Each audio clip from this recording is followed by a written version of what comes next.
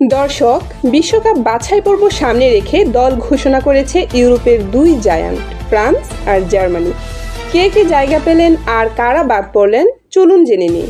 লিভারপুলের হয়ে ইনজুরির শঙ্কা থাকলেও ফ্রান্স দলে রাখা হয়েছে তরুণ স্ট্রাইকার হুগো একিতিকেকে। আর সঙ্গে আক্রমণ ভাগে থাকছেন রিয়াল মাদ্রিদের কিলিয়ান এমবাপ্পে আর ক্রিস্টাল প্যালেসের জিন ফিলিপ মাতেতা। তবে দুঃসংবাদ, ইনজুরির কারণে দলে নেই উসমান দেমবেলে। ফ্রান্স 11 অক্টোবর মুখোমুখি হবে আজারবাইজানের আর 14 অক্টোবর খেলবে আইসল্যান্ডের মাঠে। অন্যদিকে বাজে ফর্ম থেকে ঘুরে দাঁড়াতে জার্মানি নামিয়েছে অভিজ্ঞতা আর তরুণদের মিশ্রণ। ইনজুরির কারণে দলে নেই রুডিগার আর মুসিয়ালা, তবে মাঝ মাঠে থাকছেন অভিজ্ঞ জোশুয়া কিমিচ আর লিওন।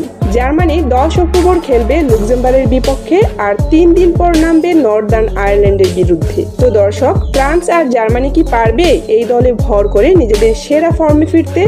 সেটা জানা যাবে মাঠে। আপনার মতে কোন দল এগিয়ে থাকবে? কমেন্টে জানাতে ভুলবেন না।